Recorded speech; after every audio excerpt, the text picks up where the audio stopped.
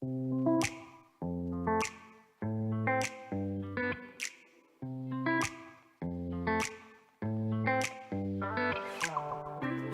welcome back, everybody. It's time once again to meet our community, the Hispanic business community here in Orange County, powered by the Orange County Hispanic Chamber of Commerce and Orange County's only community radio station, streaming live from our studios here at the University of California Irvine's Beale Applied Innovation Center with the man who we casually, calmly, officially call Mr. Rossi, because he knows everybody. That's right, Mr. Paul Roberts, and thank you again to our OC Talk Radio community and everybody out there listening and watching us. With us today, we have another, what I like to call a community leader, because Natalie is somebody we see everywhere in the community doing a lot of good stuff.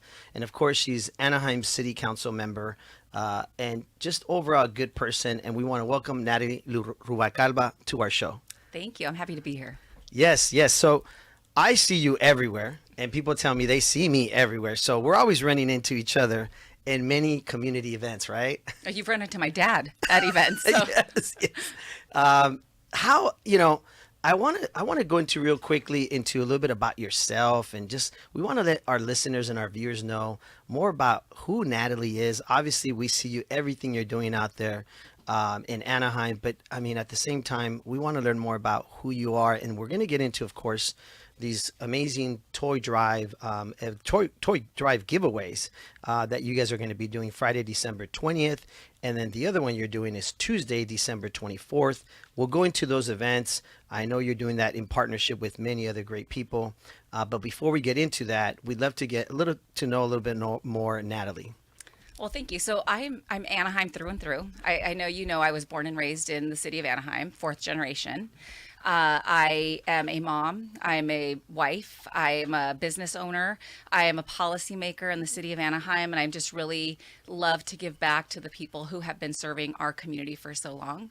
I was raised by a single mom. My mom and dad were divorced very young or married very young, and I was able to just grow up in two separate households and really being raised by my grandma. So for me, it was just trying to figure out how to get by in a very low income community. So I went to Lincoln Elementary School, Sycamore Junior High, Anaheim High School, and I grew up in the 90s. So it was kind of tough back then. If you recall, there was a lot of gang activity. Yeah. And I went to a high school where it was really survival. So I did get involved in a lot of that. Anaheim High School's been around for a while, right? It's the oldest high school in the city of Anaheim, and I have the honor of representing that district now. Wow. Mm-hmm. How long has it been around? I don't know, but I know everybody talks about it. It's been around for a long time. It's had its centennial, so it's yes, because I ran into even like family members of mine who went to that high school. Yeah. Congressman Lou Correa went to that high school. That's right. Assemblymember Tom Daly. So it has produced a lot of people who are making a big impact in our community. Yeah. And I know, Anaheim just has so much going on, right? I mean, aside from the fact that obviously Disneyland, right, the happiest place in the world or in the United States is there, but there's just so much going on as far as even the Angels, the Ducks, right? Like there's just so much. So what was that like for you growing up in Anaheim? Of course, it must have been tough in the 90s because I grew up in the 90s also in Santa Ana. And Anaheim and Santa Ana were very similar in the 90s, right? Yeah, very similar. Well, both have a lot of similarities. One, they're the two largest cities in the county of Orange. We have 34 cities in our county. We have the highest population of Latinos who reside in the area, and it wasn't always like that. In the 90s, it was not like that. Really? Yeah. So in 92, I believe, I was a freshman in high school in 92, 93, and we had Proposition 187. I don't know if you recall that, but it was a proposition that really motivated me to get more involved. It impacted individuals who were undocumented and was going to preclude them or not allow them to attend public schools. So that was something that really activated me as a young person back then. Aside from all the other stuff, almost getting kicked out of high school and getting into fights. Whoa. Let's get into that. That's the good stuff. Wow. How did you almost get kicked out? Were you like getting into fights? What was going on there? Yeah, I fought a lot. Really? Yes. I mean, we had to. Wow. So, or I did. But it was a rough high school. Yeah. And I did almost get kicked out a couple of times. Did a lot of Saturday school. And very diverse, I would imagine. Super diverse. Right? Yeah, it was a very diverse high school. But I got along with everybody. I got along with the jocks. I got along with the cholos. I was, you know, She pretty says, well I got along with connected. everybody, but I had a couple fights. Yeah, yeah. I had a lot of family around too, right? So So let me ask you, going back to your mother and your grandmother, would you say they had a huge impact in your life growing up as a mujer? I mean, obviously you're a very strong community leader today. Would you say your grandmother, your mother, I mean, obviously she was a single mom. That must have been tough for your mother. Would you say they played a big influence in your life to who you are today? 100%. Yeah. I mean, my grandmother especially. I was raised by women. My dad I'm very close to my dad as well, but he worked a lot. He was a Yeah. provider. And he was remarried. So I spent more time with my grandmother. She worked at a local hotel in the resort district, but was really strong. She took care of us. We made ends meet when we didn't really have anything. Yeah. So it was really them who motivated me. My grandmother had a 7th grade education. So she was married at 15, had my mom at the age of 16. Yeah. My mom had me when she was 16. So for me, it was kind of breaking the cycle. Yeah. That was this is going to sound bad, and I probably shouldn't say this on that No, show. let's not say this. Let's not say this. But it was my one thing in high school was to make sure to graduate high school, because I had a lot of family members who, I think I was one of the first to graduate high school. But you know what? That was very common back then in the 90s, right? And I think it was because most of us growing up, we were that first generation, right? And our parents, I mean, correct me if I'm wrong, we faced those challenges. Like, our parents didn't know how to read or write. They didn't speak English, right? A lot of them came here through different programs like the Bracero program, right? Like, my dad came through that program. And so you can't blame our parents for not being able to help us out, right? Like, Yeah. like you said, your dad worked a lot. He worked a lot. But my family's 4th generation, so they've been here. I mean, I have family members who were part of the Bracero program, and Okay. my grandparents actually were pickers, so they worked in the San Fernando Valley. Yeah. But for us, we were really part of the Chicano movement, and Okay. Anaheim was a big part of that. So you were already part of that. Oh yeah. They For had the those of you that lowrider. don't know, if you go to college, which you should, you will take Chicano studies, and there's some great books like, Victor Villaseñor, right? Reign of Gold, I think it's called, the book. There's some great books that talk about the Chicano movement, right? Oh yeah. I mean, we have great people who came out of Anaheim who are my age or our age, who have really captured the history, like Gustavo Arellano, who I went to high school with. Okay. He's an LA Times columnist. That's right. Many of you guys might know him from That's Ask right. a Mexican. That's right. Which is what I think made being Mexican even more popular among the mainstream audience. That's so right. Yeah. I always pride myself in just making sure that we are continuing to share our history. Yes. And in Anaheim, it's important because we had a lot of unrest. I mean, there was a civil rights movement that came out of one of our oldest parks called Little People's Park. There's a mural that really captures the Latino community and the different workforce that we had. So it helps show the impact that Mexican Americans had in not only Orange County, but Anaheim. What would you say Anaheim is known for today compared to like the 90s? What do you think has changed or evolved? What would you say? I would say, so for me, a lot of different things. I mean, I think Since you grew up there, you grew up from A to Z, right? If you look at it from the 90s to today, what have you seen that you feel has evolved? Obviously, there's a lot of growth. There's a lot of growth. A lot of building going on and all that, right? Yeah, I mean, definitely our city has grown in size in terms of population. I think in the 90s, all we had was Disney. So for everybody viewed it as Disneyland. Anaheim was affiliated just with Disneyland. The history there too in Anaheim, we had segregation. I mean, my grandparents went to a Mexican school. Wow. In one of the pools that I actually live next to now. At I never Pearson knew Park. there was. Oh yeah. I know there was some in Orange and other places, right? Like Westminster and stuff like that. Westminster, the famous case that Yes. started. Yeah. No, they would actually empty out one of the local public pools. So 4 days a week, everybody or non-Hispanics could swim in it, and then they could swim in it 1 day a week. They would empty it out so that clean water was available for other people. So that happened in my grandparents' lifetime. That's interesting you say that, because when my dad shared stories with me about the Bracero days that he went through, I didn't quite believe him, because you're a kid growing up and you're like, oh, they're just telling us these Mexican folk tales, right? And then later when I went to college and I started reading stuff in the Chicano studies classes, and it affirmed that, yeah, when they would get off the planes, they would fumigate them, like if they were bringing some sort of disease or something, right, to the country. And it was interesting to read stuff like that. So to that point that you just made about the pool and how they cleaned out the pool, because I mean, how different were we, right? Right. Our parents. Yeah, and so I think to answer your question, the '90s I think was affiliated more with Disney, Yeah. and now it's a diverse, not only a workforce, but we have very affluent individuals who are living in pockets of the city. We have very low income communities, which I do have a representation of, and then we also have our Colony District, which is a historic district in Anaheim. We have a very, I think, in my opinion, a great entrepreneurial Yeah. community as well. A lot of small mom and pop restaurants like Taco Boy and Yeah. Pollo Fino, Mondragon Market, who've been there for 40 plus years in the community. Yeah. We also have new businesses like Alvarix, which is actually roasting and packaging their own coffee in our city. So Nice. yeah, it's. I think it's been a great place to be. Not only do we have the packing house, now we have. I was just going to bring up the a packing house because my brother lives 2 blocks from it. So every time I go to my brother's house, I drive right by the packing house. And I've taken my boys and my wife there a couple times, and it's just every time you walk in there, it's just so much going on, right? You got chicken, you got Mexican food, you got a little bit of everything, Asian food. So it's really cool the packing house what it converted to, right? Yeah, it's a gem. And if anybody hasn't been to the packing house, you got to go, guys, because the food is great there. The vibe is really cool.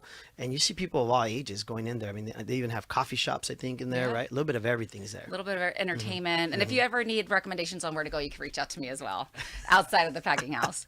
But we also have the Ducks. And I have to say, like, I love the Angels. I'm an Angels fan through and Yes, through. That's right. But I do think that having the Ducks is a significant asset. And they do brand themselves as Anaheim Ducks. So Yes. that makes us even more proud because the Angels Growing don't do up, that. I knew them as the Mighty Ducks. Right. People may or may not remember that, Yeah, right? Disney owned them. And then it changed, right? Yeah. Once they got bought out, I guess. They changed the name. Yeah, the Samueli family owns them. And I don't, I better confirm that was a Disney, but I'm pretty sure it was the Mighty Ducks I was think the movie. Disney, yeah. Disney used to own them, right? Paul's a historian. We're going to check with the encyclopedia over here. They bought when they started the team, Yes. they named it after the movie. the Yeah, Disney fact movie. check me, please. Yeah, and that was a great movie too. I remember the That kids loved it, was. and so many kids in Anaheim. When I would go down there, they would be playing hockey on the streets. Yeah. What is that called? I don't know. Street hockey. Street hockey or something. Yeah, right? we have that now. And my kids actually started. I have 2 daughters, and they both played hockey Really? through the hockey club there. With the Samueli family is a great family. Yes, They give yes. back a lot to Anaheim. But another thing that we didn't really have back in the 90s was our homeless challenges. You know, Yeah. our unhoused population has grown significantly. Why do you think that is? That we didn't see that back then, but now so much. I always wonder that. What happened? You know, I think, a lot of- overpopulation maybe. it Just could so many be- people coming into the city, maybe. Yeah, and depending on who you ask, if you ask developers, they'll say, we need to develop more housing. Yeah. I always question how are we outpricing some of the people who live here? What's Yeah. the inventory look like? I think there definitely needs to be a study, but that's probably for a different show. Yes. We're trying to get to know you, Natalie. Yeah. Yeah, but so those are the things I always, growing up, just wanted to be more involved in the community. So I was always looking for ways to do that. Well, I'll tell you what, you are always involved, and let's get into this a little bit here because I know, I see you at a lot of events, and so there's going to be a toy drive giveaway Friday, December 20th, which is coming up, right? Is it this Friday, right? Yes, it's If I'm this correct, Friday. depending on when you watch the show. Yeah. And it's from 5 to 7 p.m. And this one's going to be at a family market, Yes. right? So this is a family-owned market called Mondragon Market. They've been around for about 40 years. The son, Jason, and his wife, Marina, are now have now taken over.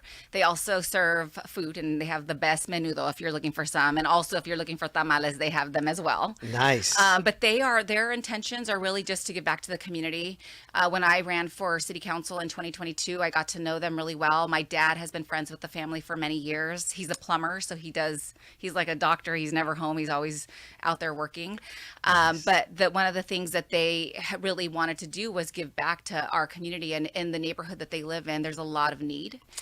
So we first started out doing a Christmas event last year, and we had collaboration. I mean, we collaborated with our Anaheim Police Department, our Anaheim Fire and Rescue, Yes. and we were able to collect toys and just give out and make sure that no child went without something. That's awesome. To bring some joy to them on Yes. Christmas. Yeah, I'll tell you what. We were just last week at UCI's Medical Center in Anaheim with one of our partners. UCI is Dr. Mayorga, who's one of our dear friends, and we did like a toy giveaway there. And and the fire department was there, and it was just really nice to see like the kids, their faces and the joy and the stories. You'd be surprised how many kids, this is the first time they're getting a toy maybe ever, or it's just the parents just can't afford it, right? And so Right. this is such a blessing. And then there's another one going on, of course, Tuesday, December 24th. And this is actually like a whole collaboration of a whole team, right? Yeah, so this event, this is its 16th year. We celebrated the quince last year Okay. for the KNA. Yeah, like a quinceañera, huh? Yes, so Nice. this is KNA's annual Christmas Eve brunch. And they host, it's from 9 to noon. We start planning it about 3 or 4 months out. We do collaborate with a lot of different groups, including Congressman Lou Correa. Yeah. We also have Lou's everywhere too, man. Lou is from my district. You Yeah. know, he grew up in Anaheim. Yes. He went He's to got so much energy. Oh, okay. I don't know where he finds time to work out so much. He's got big old guns, Me and him joke around all the time. But yeah, you guys are everywhere. And then also my primo, Avelino Valencia. Yes. You guys are like all the time Yes. taking all these events, and of course Carlos Leon, right? Yeah, Carlos is great. So yeah. Assemblymember Valencia and I were able to work together to provide turkeys to one of our communities that needed great. about 50 residents needed turkey dinners. So we were able to work together. I am very grateful that I have Congress members and Assembly members who are Yeah. very close allies of mine. That's and great. have a vested interest in our community. You guys have definitely put together a great team. Oh yeah. You Oh know, yeah. I see you guys in all the photos and the community stuff. And I think what makes it, I think for me personally, what makes it very interesting is that as families see you guys in these events, they get more comfortable with you, right? Yeah. And then you're approachable, and then they can ask you questions about the community and why this or why that, and that I think that's important. That's needed. Wouldn't That you is- say? I absolutely. So every event that I go to, we have family resource centers that we go. They're mobile, and my objective of being there is to see what the needs are in the community, and that's really how I stay connected. Whether it's there's code enforcement challenges or a family member needs a job. We've had issues that have impacted children and their safety. So yeah, it's really about being out in the community, hearing about the need for lighting, gang activity. There's been an increase in that in our community lately. Something so simple like you just said right now, lighting. Yeah. Oh, lighting. Yeah. That plays such a huge role because I know growing up in Santa Ana, we look back now, me and my sister and my family, we talk about that, like in our neighborhoods, how dark it was. Lighting plays a huge role in the neighborhood, right? Women feel safer, obviously, if they're working late, especially like a lot of the Hispanic women that may, work late nights or whoever it leave is. early in the morning. Leave early in the morning. Yeah. I mean, that's so important, right? Yeah, and we do. So one of the neighborhoods in my district is Pauline Street. I grew up around there, and we have done walkthroughs through the entire neighborhood. There is a gang issue there, so the lighting does help. There's been a lot of graffiti. We've been able to put murals up in the area to kind of deter the graffiti. So yeah, course. all of that helps. But you asked about Anaheim and what makes it special too. Yeah. So we have our own utility in Anaheim, the Anaheim Public Utilities. That's right. We do not pay Edison rates. We actually pay 30% less than other cities. So we are very blessed to have that. It's, that is one of our enterprises. That is great. And that I'm assuming that's important, obviously, in Anaheim, it being such a large city, like you said. Oh, yeah. And for our businesses as well as residents. Yeah, tell us a little bit more about the downtown Anaheim. What would you say? Because I know there's always there's even like a whole market thing that happens there, Yes. right? Yeah, so Councilmember Leon and I always joke about this because every time there's an awesome event, it's in my district, whether it's a car show or some sort of a community event. Yes. So we just kind of joke about that. Yes, He yes. just had an event in my district. So we do have a lot of special things going on. Yeah. Center Street is one of the areas where Yes. we've hosted not only our annual fall festival, we have a Christmas event there and tree lighting. We are actually having the K&A event on Center Street as well. So I highly recommend coming down to visit and check that out. I gotta tell you an interesting story. When I first got out of college and I moved to back to Orange County because I went to school up north at Chico State, I started working for the YMCA in Anaheim, and it was one of my first kind of like jobs out of college, right? and it was off the YMCA off of Euclid Street over there. I think it's still It's still there, right? in my district. Yes, so they had gotten a big grant, and one of the schools was the school I think you went to, elementary school. I think it was Lincoln. and all those elementary schools. And I was running this after school program, so I would go to the corner gas station that's right across from the packing house, the A&PM there. Oh yeah, And the owner, Jerry's Corner is what they call it. But at the time it wasn't, it was just his gas station. I would go there to get my car washed. And one day Jerry says to me, you work for the city? And because he saw my little name tag, I said, oh no, I work for the YMCA and da-da-da. And he goes, hey, I want to get involved with the city. Maybe you can connect me to some people. Well, at the school that I worked at for the after school program, which was Maxwell Elementary School, for whatever reason, Congresswoman Loretta Sanchez would go there all the time. And she had a police officer that always escorted her, and she was always there working with the school and the kids. So I ended up connecting Jerry to them, right? And years go by, and I eventually move on from that job to other jobs. And I go back, and he literally owns the whole corner now, right? Yeah, that whole corner is his. But what's really cool is that in that same corner, there's this restaurant called Lindo Michoacan, Yep. which I've been going to since day one when it opened. I love their food there. I ask my wife, every time I'm in the Anaheim area, I stop by Lindo Michoacan because I just love, they have these trocitos de res that are super delicious, right? And handmade tortillas. So that's my story of Anaheim. I'm in the area, I'm still stopping by aside, of course, the packing house is great, right? No, I actually don't go to the packing house that often. I do go to Lindo Michoacan. They have the best menudo. Oh, yes. And I do meet our cousin, or my cousin, not really my cousin, Alva Rubalcava there. So we do go there sometimes. Good, nice place. Yes, it is a great place. So when I see Jerry now, I tell him, hey, you did a good job with the corner by putting Lindo Michoacan here. It just got, they just upgraded it too, so it looks yes, really good. I was just there recently, and I was shocked how nice it looks. Yes, Paul. I'm amazed. You guys just rattling off oh, Jerry, this is some small town or something, America. What if, I've just got to ask this question. You just quickly talked about growing up there in generations and fighting your way through high school. What if I went back in a time machine? We all went back in a time machine. We went to those teachers, to those people, and we said, hey, hold on. This girl's going to become a city council person in Anaheim. What would they have said? What would you have said? So I think the first few years they probably would have. I think now there are people who are like, really? Yes. I think they would have been shocked and probably not expected it. But I did have a turn. So great question. Yeah. And that's why with the next question. So what was the turn? About 11th grade, Okay. I finally decided I didn't want to live with my dad forever. So I decided that I should probably get my act together. And I ran for senior class vice president, which was really random. I had a friend just nominate me off the floor. We had this little thing, and I ended up winning. I had my friends, everybody, the cholos, they all campaigned for me. So that was my first interaction with campaigning. And then I ended up getting recruited to Cal State Fullerton. They came to our school. It was early enrollment, and I was accepted for early enrollment at Cal State Fullerton. So that's sort of where the tide turned for me.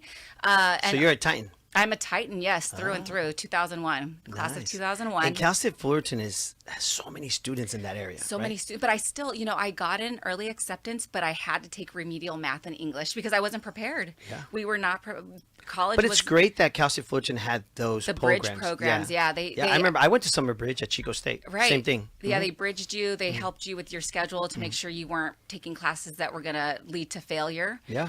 So they did help with that. I had a lot of community members who also helped. I worked when I was 14. My dad found me a job. So I worked at a local hardware store, Martinet Hardware, which has been there forever. Wow. I was the cashier. I worked Saturday, Sunday, and then I eventually got hired at the Los Angeles Times. I actually went for a youth employment services event with my friend. Disney would not hire me, which I wasn't old enough. But we love Disney. I always tell them That this. was a mistake they made a long time ago, right? Yeah. Well, there was a reason why you weren't going to go work there, because you were going to become a city council member. Right? Yeah. I think people would be shocked to see I was a city council person now. So I was in business. I think I mentioned for a long time in media. So I worked in advertising. I was started out in the mailroom, delivering mail to editorial, and then eventually became the associate publisher and senior vice president of sales operations for advertising. And then I worked at a Spanish language newspaper, the LA Times, the Orange County Register. So and then I eventually went to nonprofit. But I do think that looking back, people would be surprised that I actually see people now and they're shocked. Were your parents supportive of you going to college? And I asked that because John shocked me when he said it on the show a couple of times. His parents, when he came back and told him, I'm going to college, because some teacher said, you got to go. True. It's very true. His parents were like, why? You got to help the family. Yeah. You got to stay here. You can't It's leave. a common thing in the 90s, you know? Oh, absolutely. So my dad wanted me to go work for the city and not go to college. Okay. And he said, I'm not paying for it. And then my mom, who at the time, I lived with my dad at the time, I kind of went back and forth. As a kid, you're rebellious, so you kind of go where they're going to let you get away with more. Yes. And so I chose to go live with my dad when I was in high school. But my mom wanted me to go to college. So she was more focused on just making sure I had opportunities. But yeah, he was not supportive. Now he is. Well, and different generations of parents think differently, right? I think when I'm off the air and I talk to friends and they ask me, why would your parents ever say something like that? So you have to think of their generation. They grew up in a place in Mexico where even attorneys that went to school to college to be attorneys didn't have good paying jobs in Mexico, because the country didn't provide that good economy to provide good paying jobs, right? So education wasn't valued a lot, I guess you could say, back then in Mexico, right? Because in Mexico, the economy was really tough, right? And so I think when they came to the States, probably they were just like, the opportunity here is to work, right, and make money. So a lot of them would tell us at a young age, just go work, go work. And a lot of times we had to convince them, I want to go to college. Yeah, and it was stability. I think my dad, it was more about making sure that I was financially stable for myself. Yes. So that's why he definitely was go towards the workforce and not education. But I worked full time. I paid for school myself. I worked for the LA Times full time. I went to school full time, and I just supported myself. I moved out on my own with my now husband, who I've been married to for 24 years. Shout out to the husband. Eso. Yes, yeah. The man behind the scene. It is, yeah. Right? Yeah, my better half. You mentioned you guys have a business. Yes, he works for the city. Okay. But I do have a business. I have a mediation and consulting business. Okay, so you're an entrepreneur. Yes. Like many of our members that are listening or watching, it's tough being an entrepreneur. But you know what? It's also liberating, because you get to forge your own path, and you don't report to anybody except for yourself and your clients, right? And I got to ask her the last question here. I know we don't want to go political here. Oh, you're taking up all my time, Paul. But I got to ask, because because when I was typing up the thing, I said, well, here we're going to put, we have a politician with us today. She said, oh, no. I'm a policy maker, not a politician. Policy maker. What's the difference between the two? Because we think if you run for office, you're a politician. Well, so I'll just speak for myself and not some of my other friends who are in elected office, because I do have a lot of friends who are. You have to be very respectful. Yes, and I do believe every elected person has a heart of service, right? Yes. Especially the ones I surround myself with. Like we talked about Assemblymember Valencia and Congressman Correa and Letitia Clark, and all of those people definitely have servant hearts, and like I do myself. But for me, my objective is not to continue to run for different offices. I'm not a lifer. For me, it's really about making a difference in the community that I live and my kids are going to grow up in, and the families that I represent. So I do work on policy that's going to make the lives of the people who live in my city better. That is really one of my objectives. Since I was elected, I have championed several policies. One is our hotel worker safety ordinance. Since Anaheim is a resort district or is a resort city, our tourism dollars are what really keep our economic engine flowing. Big numbers, Yeah, so for us, that's how we do community benefits and make sure that we're improving our infrastructure, is through our TOT, which is the tourism dollars. So I work on policy that is going to impact that. I'm working with our chief of police and our city attorney on policies that are going to enhance safety on the roads. So those are just things that to answer your question, it really is about creating policies that are going to make people's lives better. Well, I got to tell you, I've been asked many times to run for these kind of positions, and I always say, no, thank you, because you have to really have a thick skin. That's just my opinion, to do what you all do. So nothing but respect and kudos to you all, and all, the others that are also part of the team, because it takes a lot of work. You gotta have a thick skin, and you gotta be ready for friendly fire. I mean, it's, and sometimes not so friendly. Yeah. And so, great job and all you guys are doing, Well, I grew up in Anaheim, so My skin is as thick as it could. You're right. You're like, I got jumped in junior high. yeah, I was She's used to I was fighting. getting in Yeah. fights. This is nothing, you know. I've been called worse than what they call me during public comment. So Wow. Wow. So what is the future for you? What is your hope? Do you want to just continue to grow your business? What is it? What is it that you want to like to do next? She wants your job, she said. Hey, she's welcome to it. Take it. Take it, right? no, for me, it's definitely growing my business. That's priority number one. I have two daughters, 15 and 12. So just making sure that they have what they need to continue. They're wrestlers. So, it's an intense household. But They both wrestle? They both wrestle. Wow, yeah. that is Wow. great. What made them get into wrestling? So my older one she's an athlete. They're both athletes, so they've played great. every sport. But the wrestling is something that she loves, and the little one has followed suit. But yeah, That's awesome. Yeah, This it is makes a tough family it- here, I'm telling you. Yeah. That's actually great to see and hear. I have a friend who's been posting also. Her niece wrestles at Santa High School. Oh yeah. Yeah. Oh, the Santa Ana High girls are good. Yeah. Yeah. Well, Wolfpack. Their they used to coach be. has a whole book, or the former wrestling coach is like a legend for the boys. They've won many, many CIF championships. So I'm assuming he's probably helping out over there. He's a retired Well, coach. you got to see the girls. The Really? Serrato girls are Really? like forces to be reckoned with. There. They're sisters or something? They're sisters, Twins? three of them, Or and what their a- dad is the coach. No way. Yeah, yeah. Wow. Way to So go. my girls know them. So that's how and also through Girls Inc. and other organizations, I've got to know these very fierce little ladies who are going to be leading, once I retire. But that's great, right? To see that, to hear that. Like you got, yes, Paul. No, sorry. I'm just, he's giving me the giving stinky you eye. I the got a stinky minute. eye To, here. real quick, before we forget again, let's just remind everybody. So this Friday, December 20th, is the toy drive giveaway that they're doing with the Mondragon family at the market there, 407 North Street in Anaheim. Again, thank you to the family for doing this and hosting this and giving back to the community, because that's really what it's about. And is there a website or anything they can... Well, there's where a they- market where you go, the Mondragon Family Market. How do we spell that? And then you can look on their social media. Yes, Mondragon, Mondragona, I think, Mondragon. Mondragon. Gon at the end. Family Market. And again, it's 407 East North Street in Anaheim. And that's a toy drive giveaway. So if you want to come out and donate some toys, you want to support, or if you know of a family who you feel needs, the support, right, of being able to bless them with the toy, definitely have them come out. And then, of course, there's a holiday brunch, which is a free breakfast. And this is Tuesday, December 24th, right? Yes, so that is Christmas Eve. Kathy and Art Cervantes, who have been business owners in Anaheim for, I think, over 10 years. They also are Santa Ana residents, so Oh, okay. they're amazing. They've been doing this for 16 plus years because of their history. So they grew up without having anything for Christmas, and the wife, Kathy, is just very dedicated to making sure that we give back. We also adopt families who don't have resources, and we make sure that they have a proper Christmas. So those are just 800 people come out for this event. So Wow. we look for volunteers. So if anybody is looking for service hours, Yeah, it's interesting. Somebody, before you and I even had talked, had reached out to me about this event on Friday.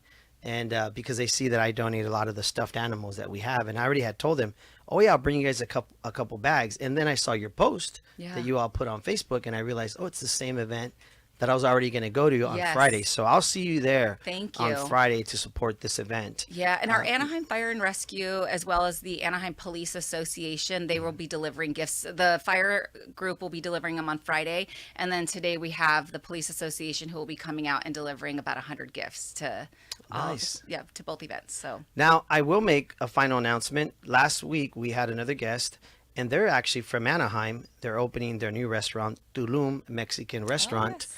which is, you've been there. She's been there. Huh? So I'm doing their ribbon cutting grand opening tomorrow in Anaheim. If you're welcome to come, we'd love to have you. It's from 5 till about 7. We're doing the ribbon cutting around 6 o'clock, but it's in your backyard. It's in Anaheim, right there off of Harbor Street and Ball, not far from Disneyland right there. And so we want to invite everybody to come out and be a part of that too. It's a beautiful restaurant. I tell everybody, it looks like a Javier's restaurant. Beautiful. See, she's been there. I've only been there for when it's all done up, but I heard the lobster enchiladas are to die That's for. what I'm going for. That's yeah. that he's going there too. We had the founders of it with us on the show last week. But again, another Anaheim business thriving. Yep. So thank you for all you're doing in the community, folks. Please come out and support all they're doing. Natalie, continue all the success you're doing in Anaheim. from Anaheim High School to now City Councilwoman. Who would have thought, right? Yeah, exactly. So thank you, and a quick shout out again to your parents. They've done a great job raising you in Anaheim, right? And your grandmother, I don't know, is she? Yes, she Oh, is. great. She So lives in my district. Does she? Yes, my grandma and grandma. Well, we got to have some of that grandma's good cooking, right? Yes, yes. Thank you for being on the show with us. We really appreciate all you do in the community, and we'll, bring you back anytime you wish, okay? Thank you. Thank you for the opportunity. All right, Mr. Paul Roberts. There you have it, everybody. Our community podcast show powered by the Orange County Hispanic Chamber of Commerce. Well, there you go. That's the kind of stories you only get here on Our Community. Hosted by the Orange County Hispanic Chamber of Commerce and Orange County's only community radio station, OC Talk Radio. Streaming live from our studios here at the University of California, Irvine's Beale Applied Innovation Center.